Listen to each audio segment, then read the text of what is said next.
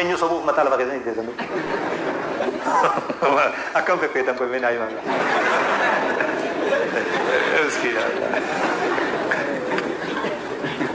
eenyu gowwoomsuu barbaaddan babaaru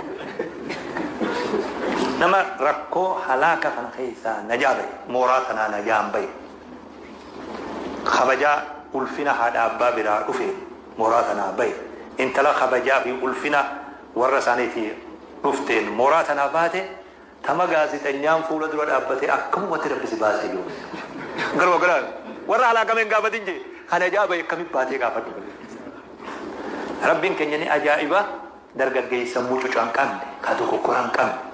rabbiin nurraa ajaa'iba jeema kanoo kanaaf bakka godhee gatii godhee jechuudha nabiin akkana turan sallallahu alaihi wasallam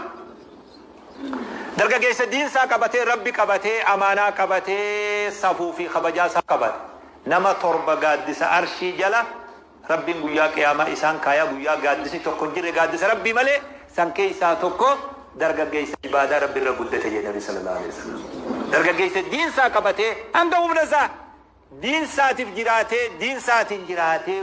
duniyaa tanarraa deeme dargaggeessi sun guyyaa qiyaamaa gaaddisa arshii jala ta'a jedhe nabi sallallahu alaihi wasallam guyyaa gaaddisi tokko hin jirre gaaddisa rabbii malee jechuudha اغتنم خمسا قبل خمس نبي درجة سدم واشن سامدو واشن درا ودو واشن ستين دوف واشن دفي